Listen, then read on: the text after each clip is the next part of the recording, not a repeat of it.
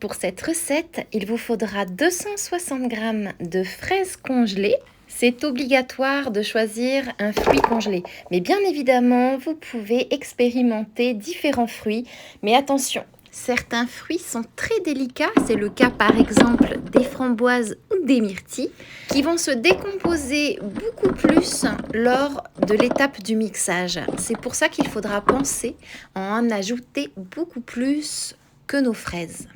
Puis, ajoutez 2 cuillères à soupe de jus de citron, c'est facultatif, mais le citron est un rehausseur de goût à ne pas manquer pour cette recette. Puis mixez environ 20 à 30 secondes.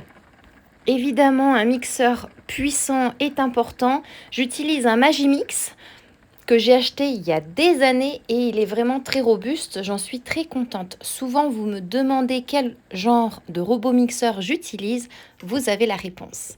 N'hésitez pas à faire une petite pause en raclant les côtés si nécessaire, ça va aider à décomposer le fruit congelé.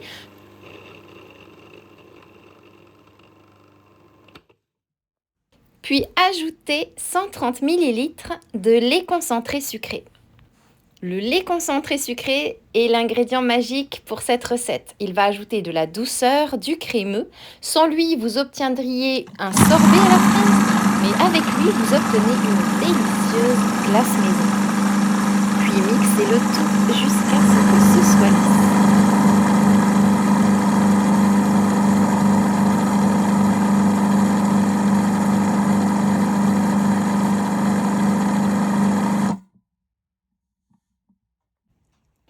Regardez cette belle texture. Vous pourriez la déguster immédiatement comme une crème glacée.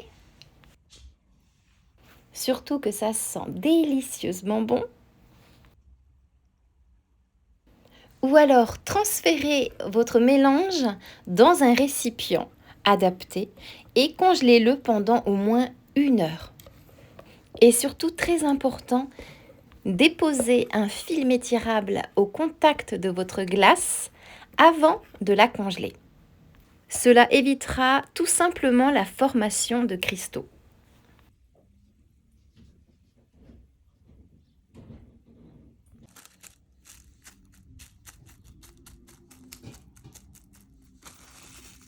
Et pour être sûr d'obtenir une texture bien crémeuse, lorsque vous décongelez votre glace, laissez-la ramollir légèrement à température ambiante pendant quelques minutes avant de vous en servir dans un bol bien rempli.